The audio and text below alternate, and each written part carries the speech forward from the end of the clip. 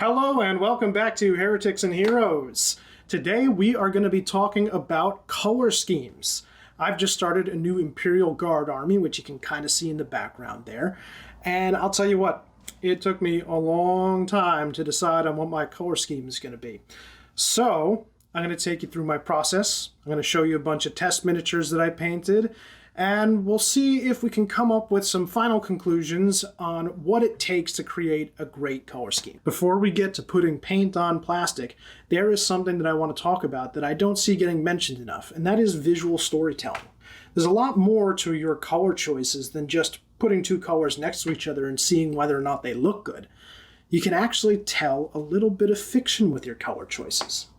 Let me give you an example. Compare the Tallarn Desert Raiders to the Mordian Iron Guard.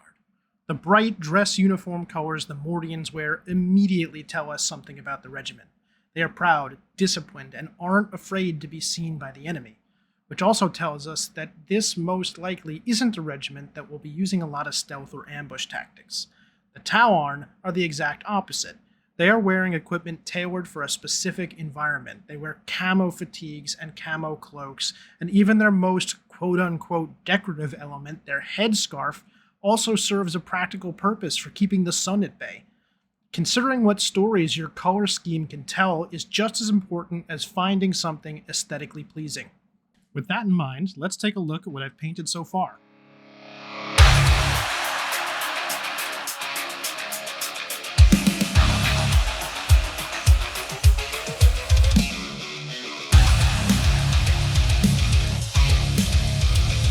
Alright, that was a little dramatic for a bunch of half-painted minis. Let's take a closer look.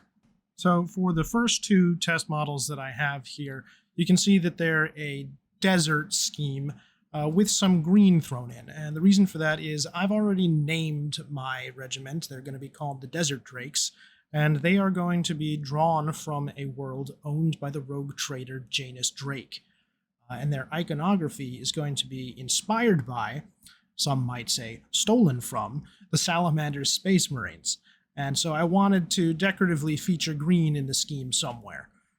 I quite like both of these options, but we'll see if we can improve on them later. This is one of the earliest test schemes that I did, and there's not much to say other than I kind of love it, and I plan to use it for my Kazargan. For this one, I was experimenting with a light stone gray on the fatigues, but the color didn't come out quite right. For this one and the other two with the yellow fatigues, I was trying to go for something inspired by the Steel Legion. I'm not entirely sure that I hate the way these look, but they overall seem a bit too yellow and a bit too one note, so we'll try to do some work on these ones as well. For this one, I was experimenting with more of a dusty red planet kind of look. Overall, doesn't look bad. Might be good for a Mechanicus-aligned regiment, but not quite what I'm looking for. This was an early color scheme experimenting with like a stone gray armor, but it ended up being a little too blue, so I'm not going to use it. Whoops. Here's an interesting color scheme, going for two different types of green on the armor and the gun. You'll see later that we do draw from this idea. So I do like these two schemes. While the effect is overall quite monotone, there's definitely enough contrast between the khaki-colored armor and the yellow of the clothes to differentiate them. My concern is mainly that the yellow is a bit too strong and is drawing the eye downwards rather than towards the chest and head, where I think the natural focus points of the model are. That is why I believe these other two test schemes are far more successful. They actually invert the color relationship between the khaki and yellow and firmly focus your attention on the chest and head. But I'm not quite satisfied yet, so I'm going to try and take these two models up a notch. We're going to start with green shoulder pads guy. First step is to tone down the green on the shoulder armor. I feel it was competing a little bit too much with the golden yellow armor on the chest and head, and it was also kind of making the armor a little bit lemony looking in comparison, so we're going to go ahead and repaint it using Death Guard green as the base. Now that's an improvement. However, now I do feel like the overall level of contrast between the armor sections and the clothing is lacking. So let's first try and make our sand-colored armor stand out a bit more by darkening it. Looking pretty good, but I want to pump the contrast just a little bit more. So we're going to lighten the fatigues as well. And here we have the finished product. This to me is a big improvement. The eyes are drawn to the correct points on the model, and I've included some green in there without it clashing too hard with the other colors. Wonderful. And here they are side by side. You can see in the right frame, the clothing pops a bit more.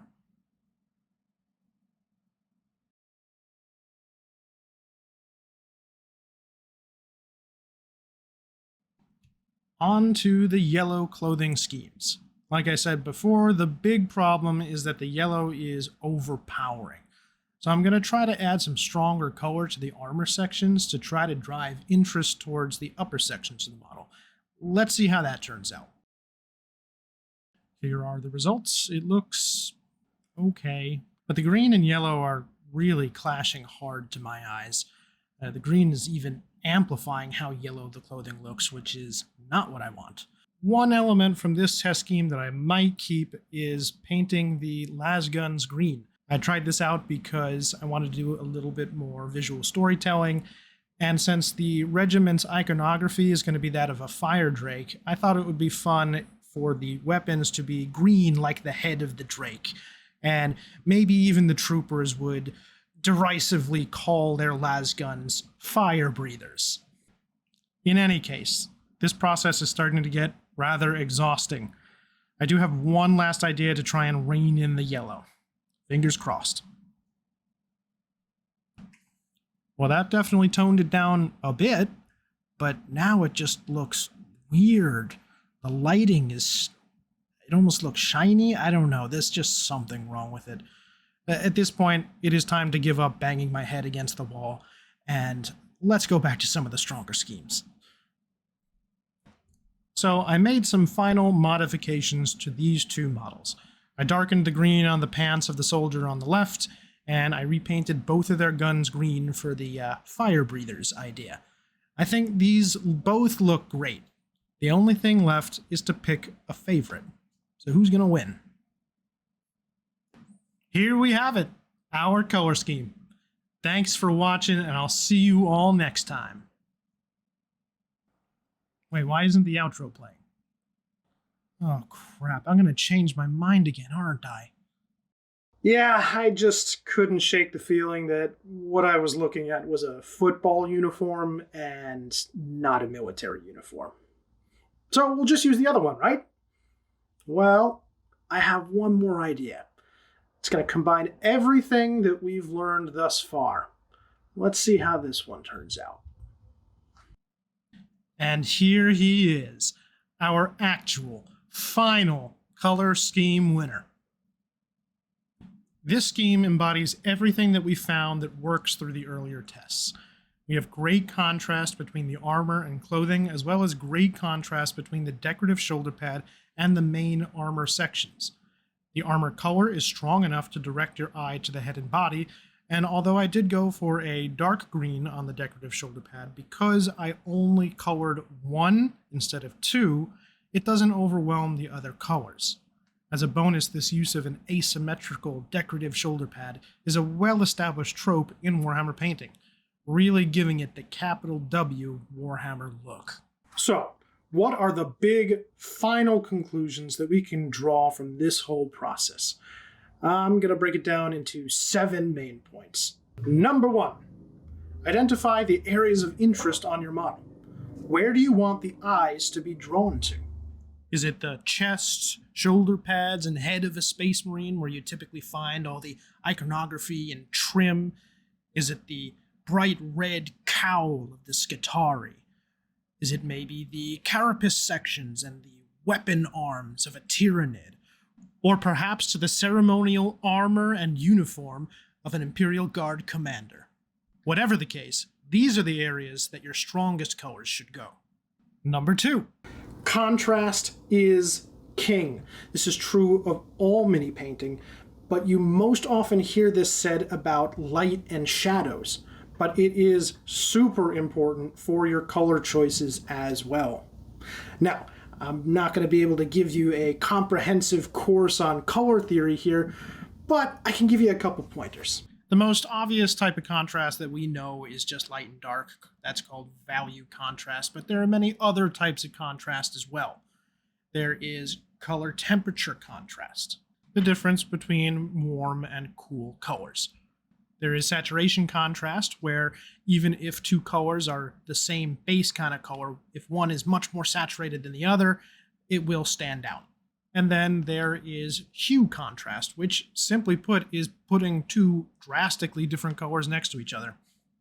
I have found that it is easiest to create a good color scheme for guardsmen using a dark color on the armor and a lighter color on the fatigues, like the classic Cadian scheme, but this is not a hard and fast rule. Monotone schemes and schemes with lighter armor and darker clothing are definitely doable. Here's an example of an all-gray scheme done well by Colonel Festus, who you might recognize from his posts on Reddit, Instagram, and YouTube. Both the armor and the clothing sections are fundamentally gray. However, the armor is a dark, cool gray, and the clothing is a warm, lighter gray, helping them really stay distinct from each other. These two official GW schemes are also relatively monotone, but because they chose metallics or dark blacks for the armor, they still manage to draw the eye to where they need to be. Number 3. Try to tell a story with your painting.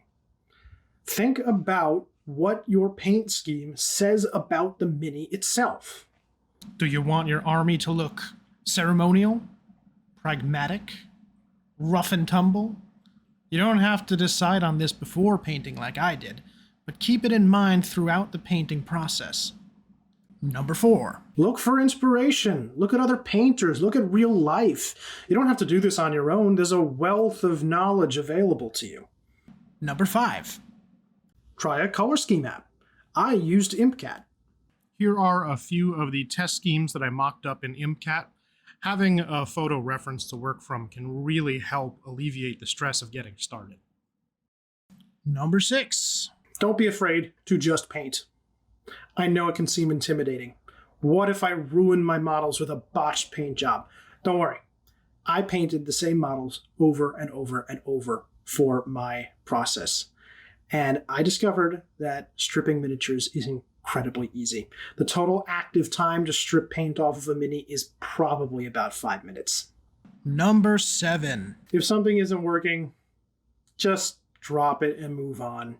If you really can't figure out painting a particular color, like I was having so much trouble with the yellow clothing color schemes, just move on. It's not worth the stress, and you're going to burn yourself out before you even get to painting your army. And that's it for this video, everyone.